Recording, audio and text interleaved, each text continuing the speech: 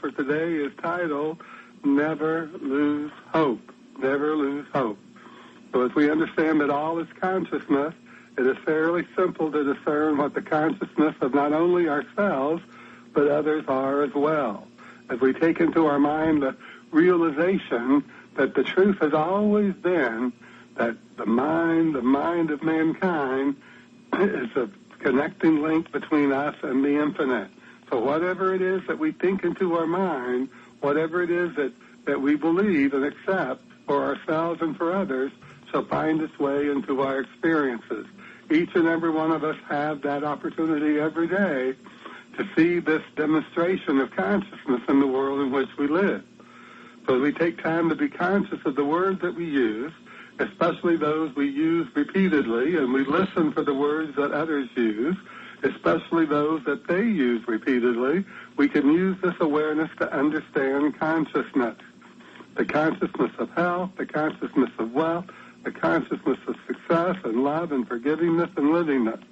The Mastermind Jesus stated while rejecting religious dietary laws that it is not as important what we put into our mouth as what comes out of it. It is not as important, Jesus says, what we put into our mouth, but what comes out of it. And he was referring to those religions who forbid their people to eat certain things. I can remember in Catholicism that everyone was to eat fish on Fridays. It was commanded that they eat fish. And then, of course, people of the Jewish faith and the Muslim faith don't eat pork. So Jesus is saying it doesn't matter what we put into our mouth. That's not as important as what comes out of it. And for some people, the pattern of their thought has created such a hardwired pattern of negative words that it is difficult for them to be conscious of what they say. Yet whether we are conscious or unconscious of the power of our words and our thoughts, we still reap the results of what we speak into mind or spirit. And this is why it's important that we attain strength in the use of our thoughts and our words, and we never lose hope. Never lose hope. Always speak to the things that you hope for. Always speak to the things that have a hopefulness to them, an expectation to them, and to realize that as we speak to those good things will show up in our life in the right and perfect time and in the right and perfect way. And there's so many things happen in the world around us that sometimes people just get really confused as to why these things are the way they are. But we know and we can accept that God is always guiding us to the greater, always to the better, if we let him. If we let this intelligence, this spirit, this power that we call God, for lack of a better word, guide us, direct us, move through our mind, our heart, and our soul with the guidance towards the good and the trust in the infinite and the hopefulness for a better day, then we shall find ourselves experiencing those things. Let's think about these words.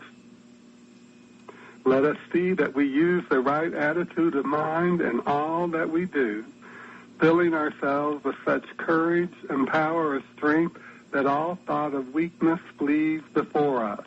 If any thought of weakness should come, as this question, is life weak? If life is not weak, and if God is not discouraged, then you are not, never were, and never will be. I should like to see the sickly, discouraged thought that could withstand this attitude of mine. No, life is strong. Life is strong, and you and I are strong with the strength of the infinite. Forget all else as you revel in this strength. You are strong, and you can say, I am. You have been laboring under an illusion. Now you can be disillusioned. Now you can know, and knowing is using the law, that is sowing and reaping, cause and effect, in a constructive way. I and my Father, Jesus said, are one. I and the Spirit, the life, the intelligence, and the power of God are one. This is strength for the weak and life for all who believe, for all who believe. These words were taken from the book Creative Mind and Success, written by the great American mystic Ernest Holmes way back in 1919. That is almost 100 years ago, and these words are just as relevant as they were then and will be just as relevant 100 years from now for all is mind and all is spirit, just as we know from the book of Job way back over 2,000 years ago, when Job said, that which I have greatly feared has come upon me, he was recognizing that his mind, his thoughts, his fears had created the situation in which he found himself. And that's the same thing that happens to each and every one of us. You know, yesterday, the actor, entertainer, Charlie Sheen, his father is Martin Sheen, went on the Today Show and announced that he was HIV positive, but the new drugs that treat people who are HIV positive had diminished its effects in his body and his life. But we know that at some point in time, with all the things that he was doing in his sober moments, he probably realized and feared that he would be diagnosed as HIV positive. And so that's the thing that happens to so many people, is they don't realize that there's always something. That first time he had that little inkling of fear, that first time he had that little inkling of thought, if he had changed the thoughts and changed his behavior, he may have been able to escape the diagnosis of being HIV positive. So we don't know how this mystery of life is always working through our mind, our heart, and our soul, but we do know that we connect with God in mind. The only God we will ever know is the God that we experience, because everything else is just a philosophy. Everything else is just a philosophy. It's just somebody else giving us their idea, their opinion of what our relationship is with God. That no one can know the God that we know, because that's why God has created this unique expression of life that we are, and that our relationship with God is always one of uniqueness. And this we can understand and we can believe as we think about the truth of us, that we are created in the nature of God, and the nature of God is what? It's infinite. It's infinite expression, infinite life, infinite intelligence, infinite power, infinite spirit. It's everywhere present. There are animals and there are life forms on this planet that most of us aren't even aware of. That so many times things are going on in our world that we have no awareness of. But life is always changing, always progressing, and that is the nature of God. And that nature of God must be played out in the nature of our own life, our own soul. And so we must realize once and for all that with God, all good things are possible, but God must work through us in order to do anything for us. So our mind must be open, and our mind must be free of all the things that hold us back, all the things that create the fears and the doubts and the worries within us, and displace those thoughts with hope. Hope. Never lose hope. Never, ever lose hope.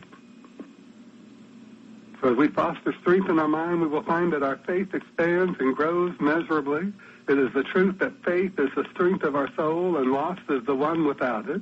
We must cultivate strength of our convictions, strengthen our control of our thoughts and our words, for the infinite can only correspond to that which is in tune with its nature, Anything else is just so much wasted energy. So let's draw into our mind some more words from the great and wonderful Dr. Holmes that will give us an even greater understanding of this law of compensation that Jesus gave us, the law of sowing and reaping. That it's a law of compensation. It's not a law of punishment or reward, but compensation, which means that we receive from it what we put into it. As we sow, so shall we reap. So as we sow into our mind a greater truth, a greater understanding, a greater awareness of our relationship to God, to life, and to the universe, and to all those around us, then we shall find ourselves realizing a greater good. Dr. Holmes writes, we can all fill ourselves with the drawing power of attraction, and that it will become irresistible. Nothing can hinder things from coming to the person who knows that they are dealing with the same power, the same God that creates all from itself, moves all within itself, and yet holds all things in their places. I am one with the infinite mind. Let this ring through you many times each day until you rise to that height that looking sees.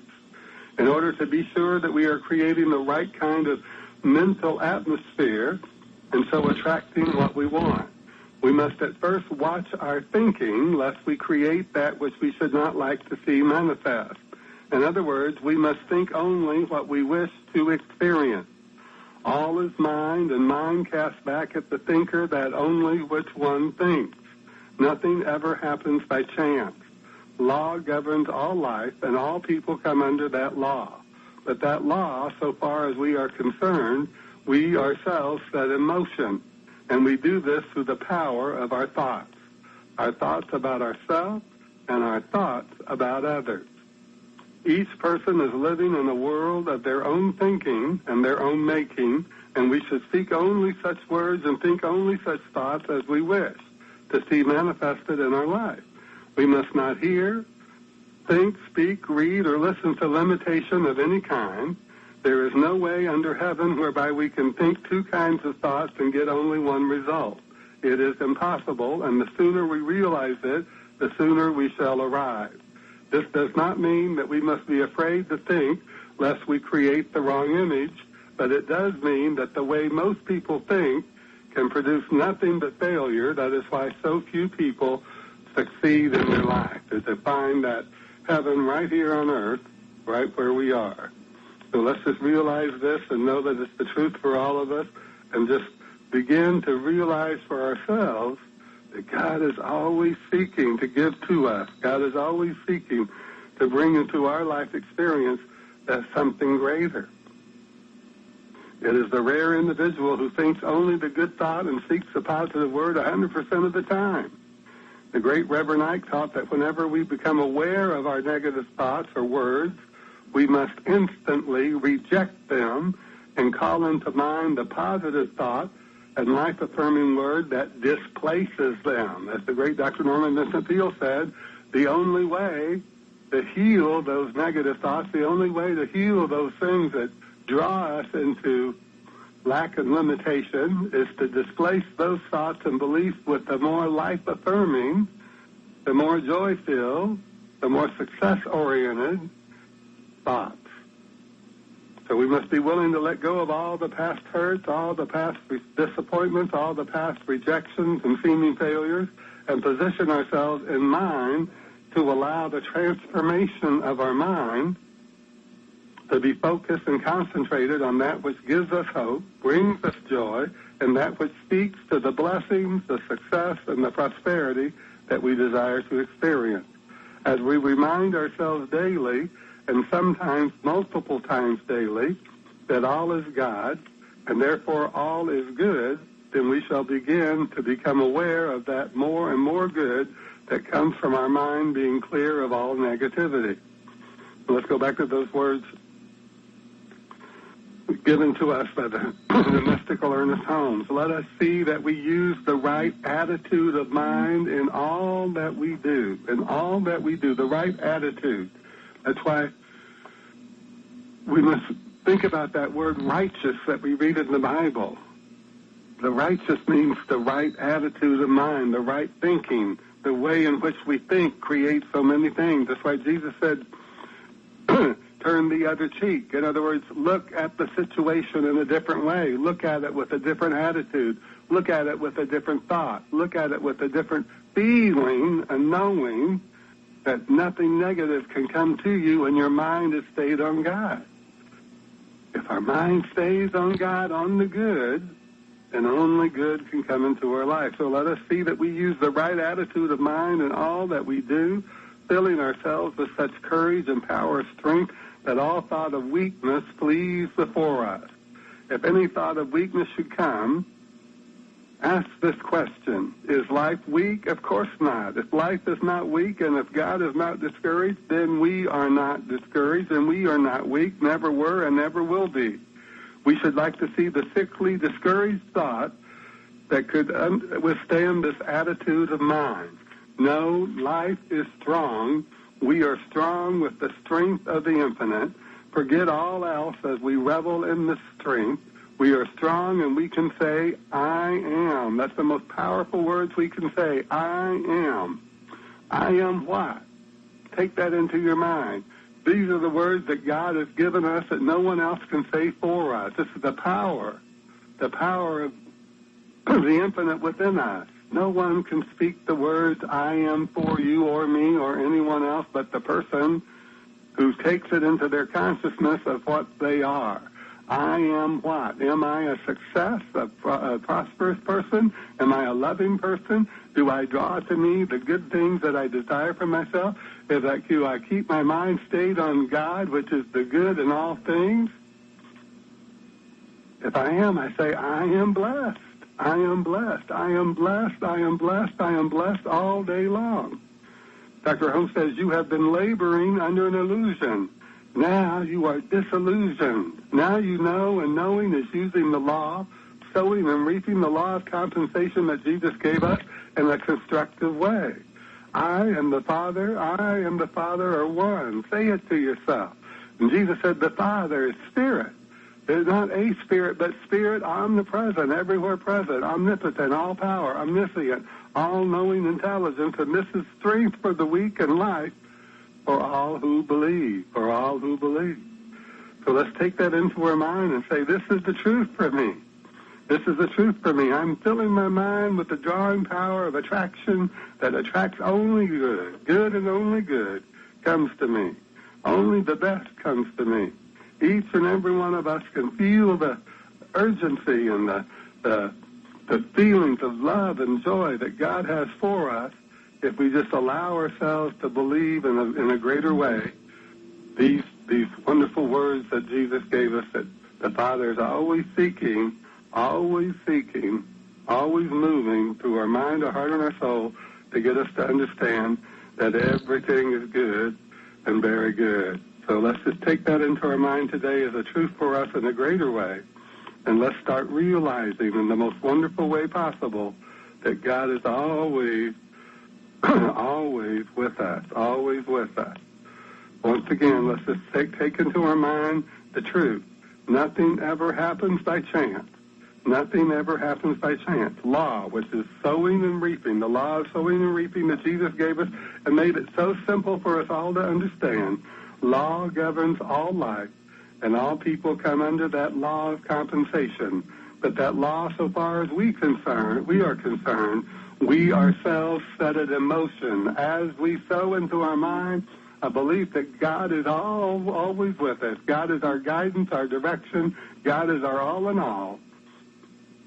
And we do this through the power of our thoughts about ourselves and our thoughts about others. If we believe something true for someone else, that truth of that situation, whether it be a negative or a positive, registers as truth in our own mind and our own consciousness, and at some point in our life experience, we shall have some of that in our life. And let's remind ourselves that great Reverend Ike taught that whenever we become aware of our negative thoughts or words, we must instantly reject them and call into mind the positive thought and the life-affirming word. And that's the same as that's taught by the great Dr. Norman Vincent Peale, that whenever we have any thought of a negative nature, that we displace it with the positive thought, the hopeful thought, so that we never lose hope. And as Creflo Dollar says, somebody asked Creflo Dollar, why do bad things happen to good people? Why do bad things happen to good people? They asked Creflo Dollar. And he said, because the good people aren't good all the time. We don't know what anyone else thinks. I can't think for you. You can't think for me. You can't say I am for me, and I can't say I am for you. It always comes back to what is going on in our own mind. What is our thought atmosphere? What have we created in our own kingdom of God within us? As Jesus said, go within to the kingdom of God and find and discover within yourself the nature of God. You are created in the image, the likeness of God. But what does that image, that likeness of God mean to you? Because so many people think God is made in man's image rather than man being made in God's image. So some final words from the American mystic Ernest Holmes, and this is paraphrased.